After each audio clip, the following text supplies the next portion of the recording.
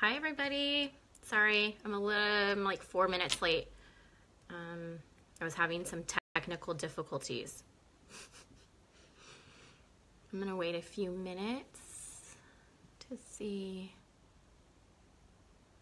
who's watching.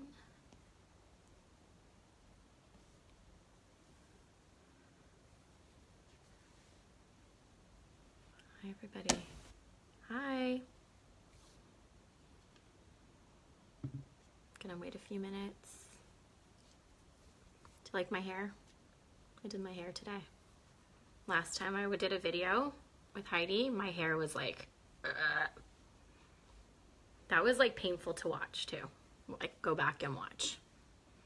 It's scary doing a video by yourself. I miss my Heidi. I need my girl. Hi Heidi. Hi Michelle. Hi Karen. Karen, do you like my hair? I showered today. It's Sunday, so I showered. Hi Erin. Karen is here. So, I am going to introduce myself. For those of you who don't know, I did a video earlier this week with Heidi Harper. My name is Melissa Swailes. I live in Los Angeles, California. I have 4 boys. And geez, this is really hard. Heidi makes it look so easy, but it's really hard.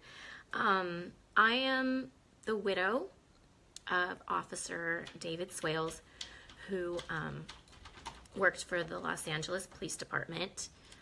He was a patrol officer, what they call a P2, and he was last assigned to Central Division, which is, for anybody who doesn't know, Los Angeles, it's downtown LA, Skid Row, Staples Center, Chinatown, that general area. He worked all of it, and he was with the department for a little under 10 years. He just was shy of a couple months of his tenure.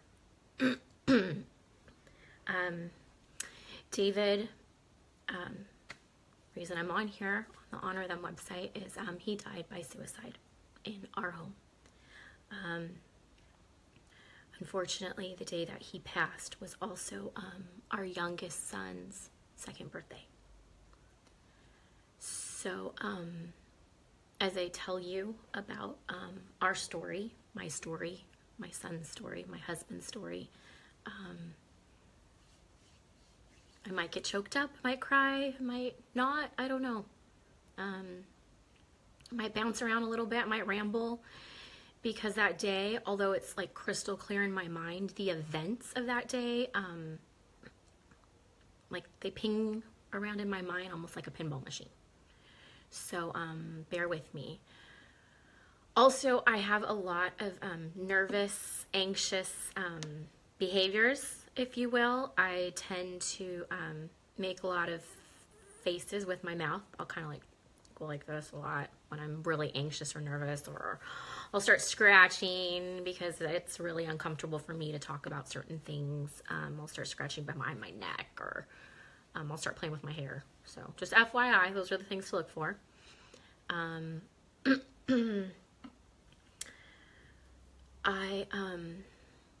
just gonna go ahead and get right into it and what I remember and that day.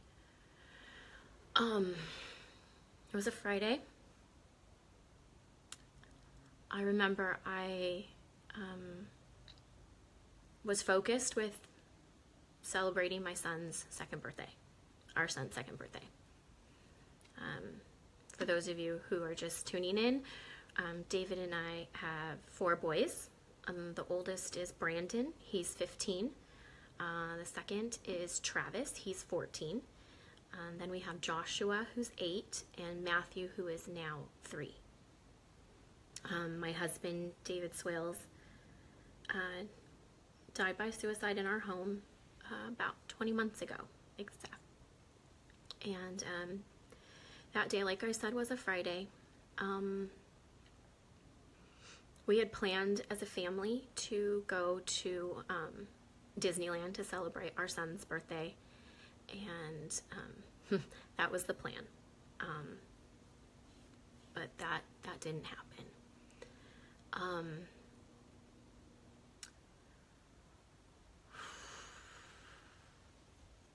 I had spoken to David earlier in the afternoon, about 1 o'clock. He wasn't scheduled to work that Friday. He had that evening off, but a couple days earlier, he had an episode in which his PTSD was no longer manageable. And I remember that last conversation we had. I remember him telling me that he was going to get help. He was going to go down to the station and speak to his captain, and he was going to get help. And I was relieved. I was relieved because I knew for the past 6 months or so his mental health had been deteriorating and fast. And it kind of all just came to a head that week before Matthew's birthday. And I was at my mom's at the time, and we were making a birthday cake, me and my sons, for their brother. And I, had stepped outside, like I said, to have a conversation with David, and he had told me, like I said, I might be repeating myself a lot, sorry, that he was going to go down into the station and speak to his captain and get help. And I had told him, okay, call me when you're done. Call me when you're done. Let me know how it goes. Let me know what happens, what your captain says. I was hopeful. I'm like, okay, great. It's going to be okay. He's going to get help. So a couple hours had gone by and I hadn't heard from him. I text messaged him, nothing. I called a few times, nothing. And that, anybody who knows David and my relationship, it's not like that. Like, if I text him, that man would text back within seconds. So it was very unlikely, and I knew he wasn't doing well, and so I was really concerned when I didn't hear from him. And I let some time go, and I didn't want to be like the nervous wife, like calling the station, like, hi, is my husband down there? He's not doing well mentally, and he said he was going to come in. Just didn't really want to do that. So I'm like, I was trying to talk to myself and, be calm, be patient. It's okay. He's down there. It's going to be all right. And, focus on Matt. It's Matt's birthday. This is Matt's day. And, everything's going to be okay. And I remember singing. My mom had made a little cake for Matthew, and I was there with the boys, and I remember feeling like, gosh, David should be here. But it's okay because he's going to get help, and he'll be here for the next one. And I filmed it, which is really hard for me to watch, but I had filmed us singing Happy Birthday to Matthew. And like I said, the time was getting late, and I was concerned. We have a lot of animals, a lot of rescue pets that my husband had rescued at the house, and I hadn't heard from him still. And I just had this uneasy feeling, like I just knew something wasn't right. I just couldn't put my finger on it.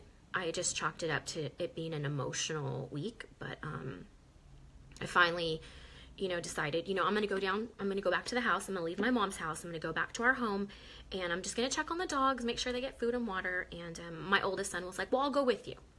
And I remember the drive down there, just talking to our oldest son, telling him how, Dad wasn't doing well, and, I really needed him to step up, and I didn't know what kind of help Dad was going to need, and, just trying to prepare him for what I thought was going to happen, and having that conversation with him.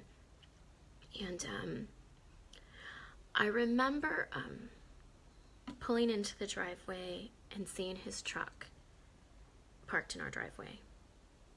And I thought, okay, his truck's there.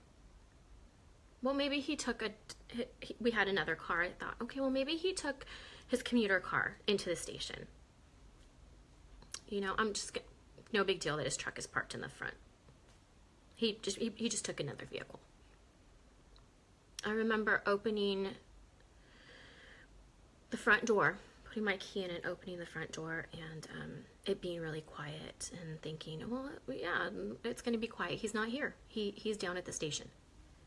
And I told my son, you know, go check on the animals, go give them food and water, and I'm going to go grab something. I don't remember what I was thinking at the time, but I wanted to go grab something from my closet.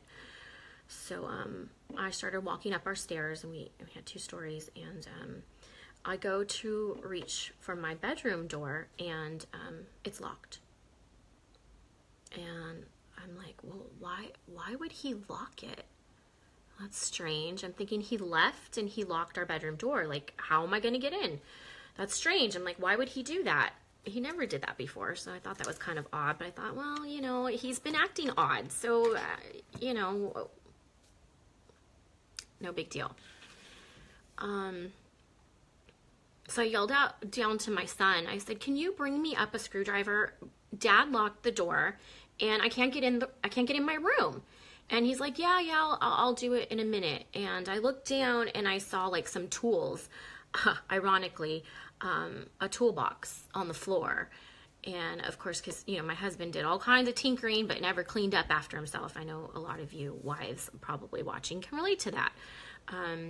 So coincidentally, there was like a screwdriver right there when I needed it. And I remember sitting there, like, even now as I'm talking about it, I can feel like I was shaking. And I was like, why am I shaking? It's just locked. There's no big deal. Like, I didn't know what was behind that door. I had no idea, but I knew, like, inside that something was not right.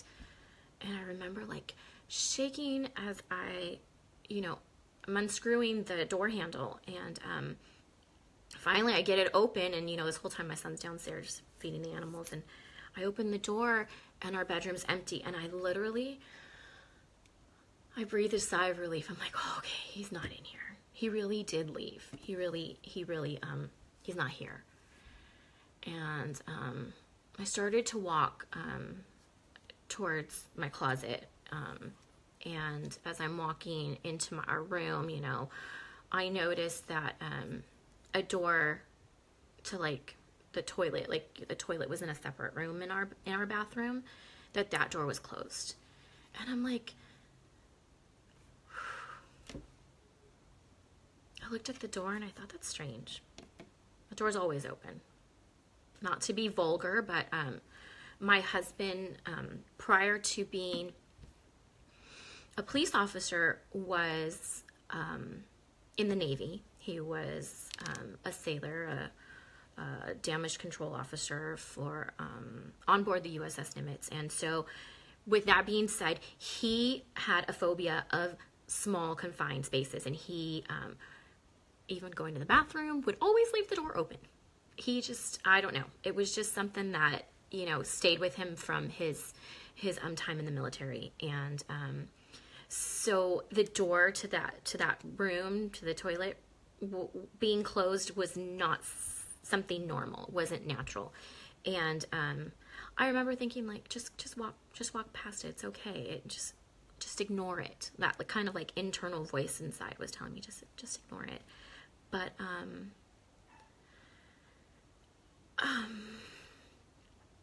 yes, thank you. It might be, I'm going to pause for a minute for those of you watching. My story and my experience is very graphic, and I don't want to upset anybody. If you're easily upset or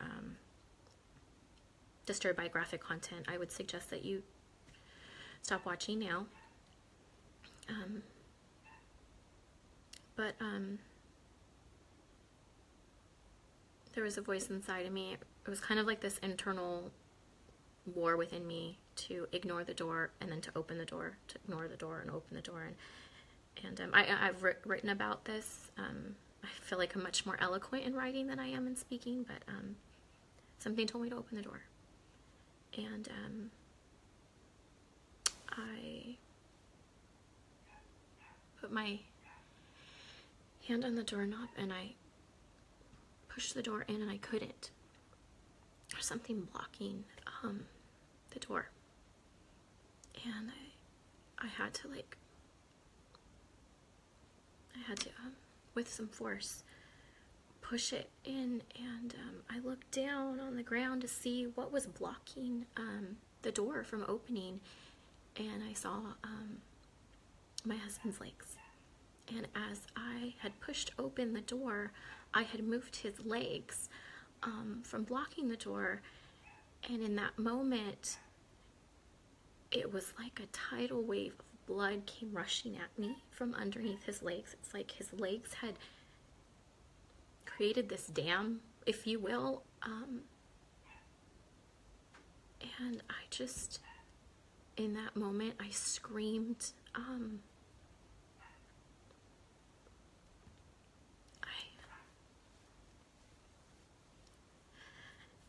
Nobody should ever have to see what I saw that day.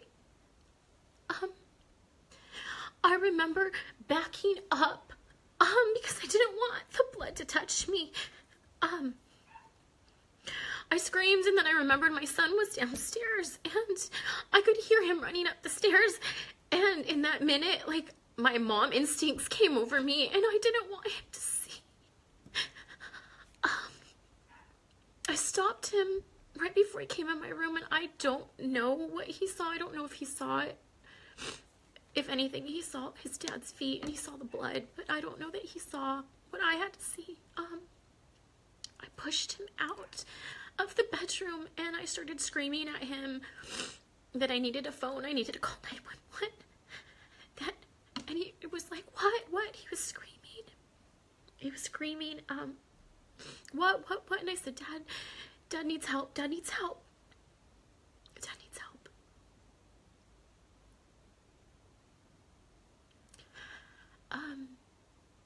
I finally found a phone for what seemed like forever, and called 911. And I remember sitting on the floor across from his body, waiting for the paramedics to come. I remember being on the phone with the 911 operator, and I remember her asking me to feel for a pulse, and I told her I couldn't touch him. I didn't want to know. I didn't want to know if he had a pulse or not. I felt like if I touched him and if I knew, there was no going back. Like, I was sitting there and there was blood everywhere, and I'm refraining from being graphic, but my husband had gone into the bathroom and sat down on the floor, and he had taken his backup gun and he had put it up to his right temple, and he had shot himself. Later, I found out that it was right after our conversation. He sat on the phone with me, and he told me he was going to go to the station, and he had no intention of getting help. After he hung up with me, after he told me to take care of the boys and that he loved me, he walked into our bathroom and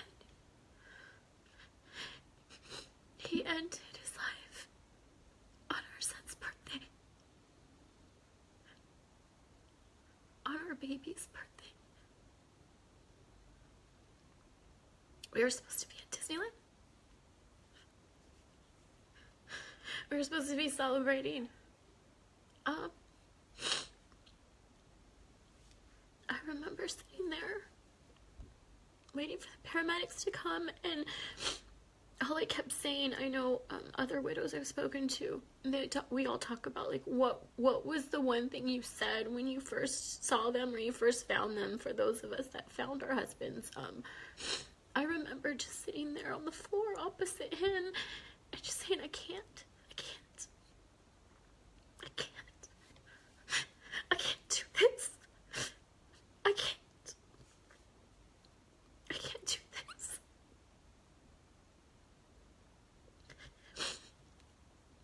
And even today, like, I just think, like, I can't, like, I wake up and I think I can't do this without him. I just remember I said it over and over again, like, I can't I can't. I screamed it. I can't. And I've had to. I don't want to. I know I can. But I really don't want to.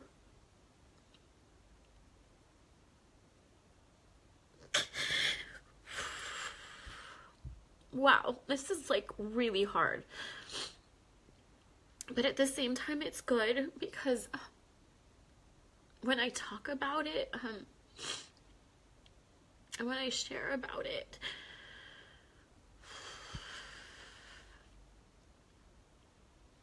it makes me remember why I'm here and why I'm doing this.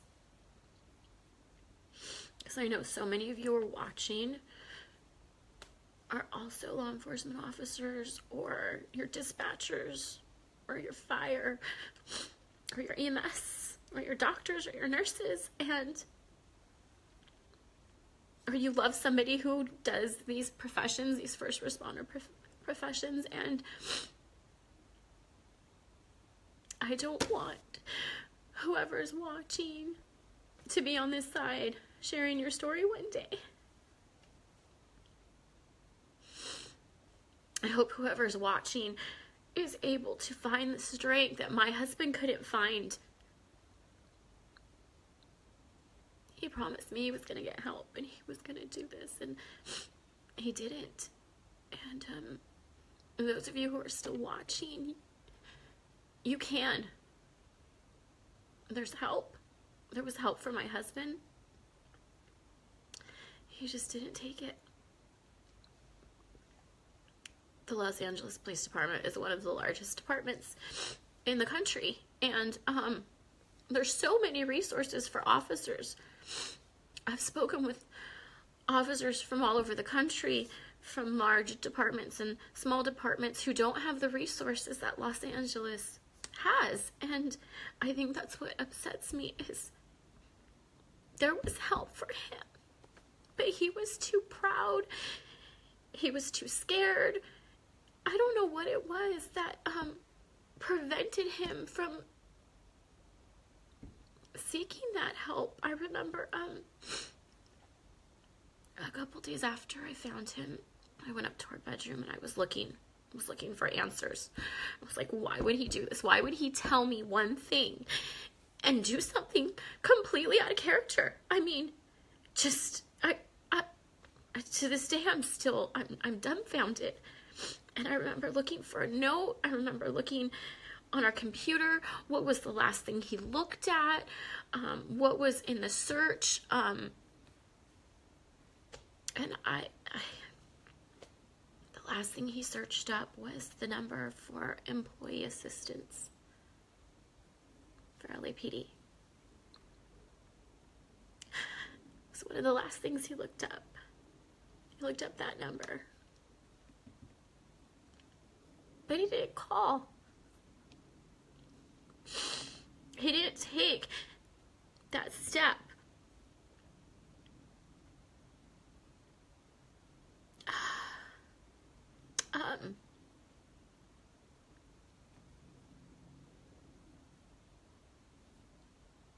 He didn't get the help that he needed.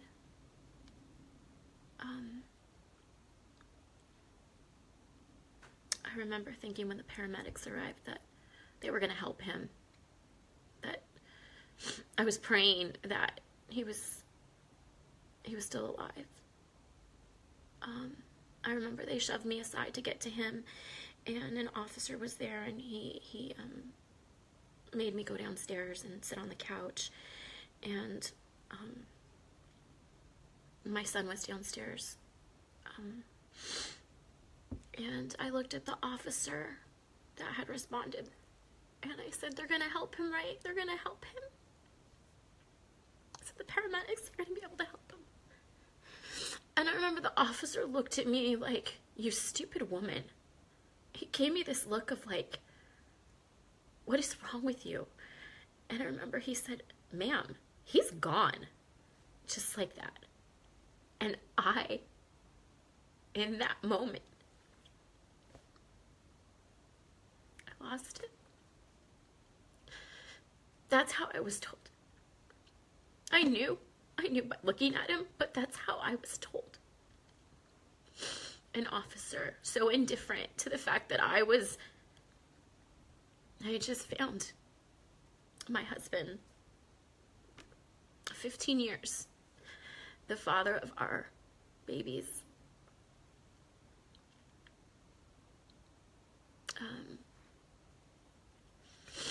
I remember as soon as the officer had said that to me, Brandon was in earshot, and Brandon punched a wall. And he started screaming. And then the paramedics needed to assist him because he had ripped open his knuckles. And I remember the officer being very aggressive with him and telling him to sit down, because in that moment they didn't know what had happened. They just knew that there was a man upstairs who had a gunshot wound, and there were 2 people in the house. And so I remember he kind of forcefully had Brandon come sit down next to me on the couch and told us we needed to stay there.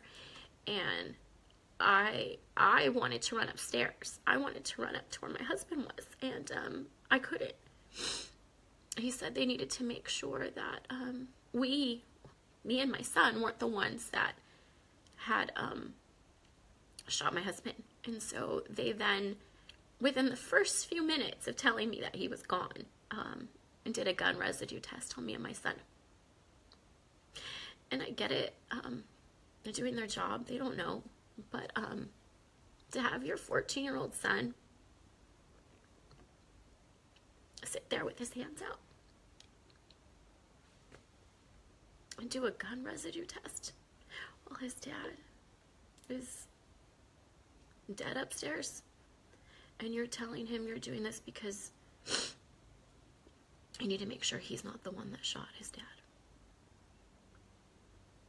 Just think about that for a minute. Think about what that does to a 14-year-old kid.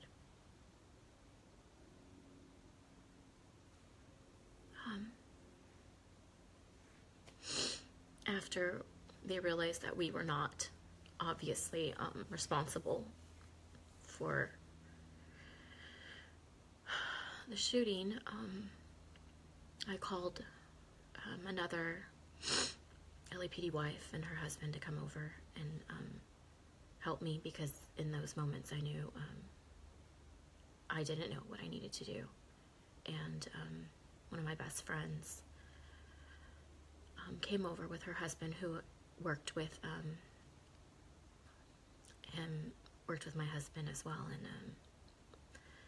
I then had to contact my mom, who was with my other 3 boys at her house. And I didn't want to tell her over the phone, but I told her, you need to come. You need to bring the boys. And I don't know why I did that. I didn't really think it through, because I didn't really want them there. But I knew that my oldest, he needed to not be there. And so my mom came, and it seemed like time just stopped. I remember just there being so many officers and ambulances, and I remember we were just waiting and waiting, and I kept asking, what are we waiting for? What's going on? And they said, we have to wait for the coroner. We can't do anything. We have to wait for the coroner. And in that time, LAPD had sent out officers to sit with me, and a psychologist to come be with me, an officer who was going to then take care of my husband's service, a captain. I don't know. There was probably 40 plus people in my home at that point. But my main concern was my oldest son and getting him out of there. And I remember being outside when my mom pulled up with our other 3 boys in the car. And I remember telling her that David had shot himself. And I remember my mom kind of falling to the ground, and the boys were inside the car, and they were looking, and they saw all these lights, and they knew something was wrong. And I remember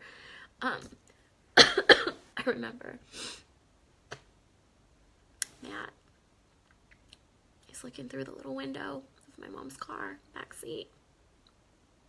this little boy who turned 2 today. And all I wanted to do was hold him. I opened the car door and I pulled him out and I held him. And he was just shaking. He didn't even know what was going on. He just knew something was going on, and he was just shaking. And my oldest son told his brother, Travis, and Travis just, I don't know, he just went into shock. He sat down on the curb, and I remember just him sitting there, like rocking with his heads in his hand, and our 8-year-old was still in the car, and he didn't know what was going on, and I didn't want him to know, and I just told my mom, okay, just take the boys and get them out of here, just take them out, and don't tell Josh, don't talk about it, just get the boys out of here. And she did, and I was so grateful for that, because they didn't need to be there. I remember the next day having to tell Josh, because he was the only one that didn't know, and Brandon was with me, so he obviously knew, and he had told Travis, and so Travis obviously knew, and Matt was too little to understand, and I didn't even know how I was going to tell Matt, but I knew I needed to sit down and tell Josh. I remember that next morning, the very next day, I was in my mom's kitchen, and my uncle was with me. He's a pastor, and I asked him to be there, and I remember sitting him down and thinking, oh my God, how do I tell this little boy that his dad's gone? But right before I prayed, I was like, God, please just give me the words that I need to say to be able to comfort him and let him know that it's going to be okay. And I remember sitting him down and telling him that Daddy had hurt himself. Daddy had hurt himself with his gun. And Daddy had died. And he looked at me, and I remember he said, wait a minute, Daddy died? And I said, yeah. And he goes, well, I want to see him. And I said, you can't, baby. You can't. And he goes, well, he's with Jesus? And I'm like, yeah. I mean, like,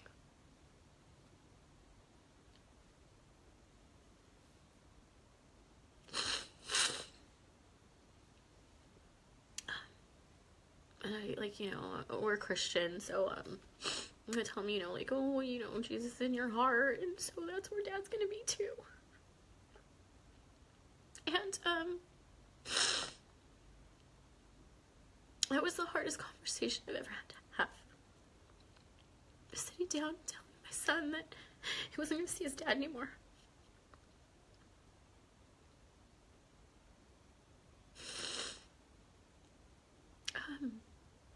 Everybody asks me that see me now, like, oh, how are the boys? And they're not good. I'm very honest. They're not well. They are struggling every day. Their dad was a huge part of their lives every day, and there's 4 of them, and they all have such different personalities, and they all had very different relationships with their dad, and they all are grieving in very different ways, which makes it almost impossible for me to be supportive while I'm also grieving. But our oldest, he was his dad's best friend, and so he is grieving the loss of his best friend, and he's 15 now, and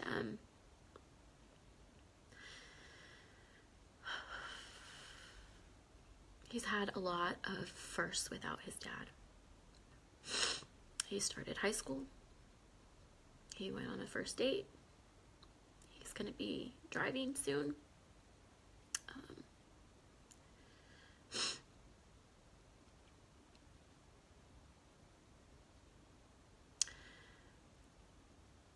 They're all struggling. We're all struggling to figure out how do we continue on. We have, but it's been so painful, and it's been so difficult, and every day is a challenge to keep his memory alive. And that's also the reason why I'm doing this. I want his life to mean something. I want his death to be a lesson, if you will, for those who are still with us, who are struggling. I think the job, along with the fact that my husband was also a veteran, it wore on him. He did not deal with stress in a healthy way. I said earlier before that, he ate his feelings. That was his kind of drug of choice, was food. He never drank, and he never, used drugs or prescription or anything like that. He was like very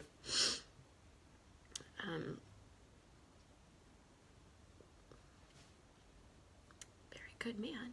And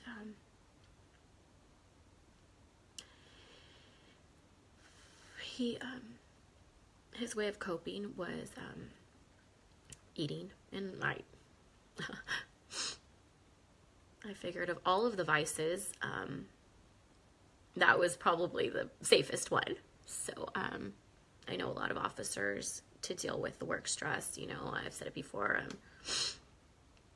drink, use prescription medication, or,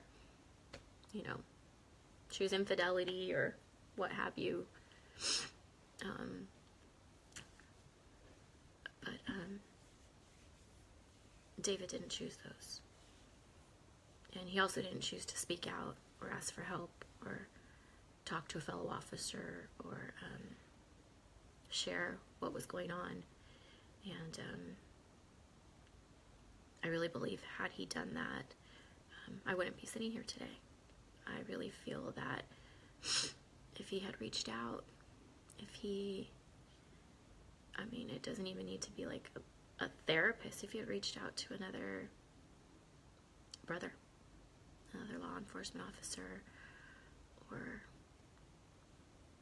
another military buddy, and just shared with somebody all of the demons he was facing in his head, I can't even imagine. And I can't even put my finger on what it was. And I don't think it's any one thing. I know Heidi and I have talked about this, that it's just so much. It's just so much, and you don't know when your breaking point, when you cross that threshold. You just don't know. You don't know if that next call is going to be the one that you can't deal with anymore, or it's going to be that, straw that breaks that camel's back. In the months since David's death, I have struggled, and I've been very vocal on my personal page about my struggle. Finding him has now caused me significant trauma, and about 3 months after he passed, I required medical attention, and I was admitted to a facility for help. And I think, why couldn't he do this? I don't have a choice. I have 4 boys. I have 4 boys that I now have to raise alone.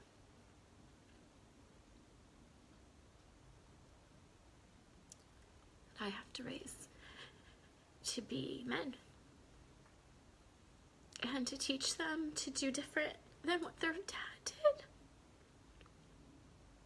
To teach them not to stuff it, to teach them to talk about it, to teach them to seek help. And I hope that's the message I leave with you guys this evening. Any of you watching, just talk to somebody. Get help. the wonderful organization that supports this page, wearebluehelp.org, is one of many, many resources nationwide that can provide you resources or direction or help. Please do not do what my husband did. Please, please do what he couldn't do. Make that call.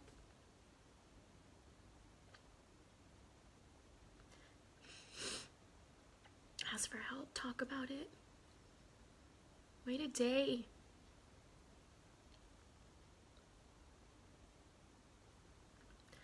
I know I hold my breath. I haven't been reading the comments because honestly, but all I see is exhale, exhale, exhale. I hold my breath a lot because it's painful and it hurts and I feel it in my body.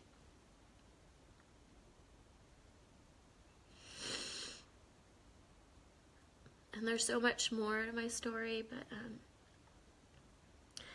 it's been an emotional couple of days for me, and I'm gonna leave you guys with just that. And I think it's a good note to leave on. That if you're struggling, ask for help. Thanks for watching, everybody. And I am okay. I know everybody gets worried when I talk about it, but I'm okay. And I know where to get help. Have a good night.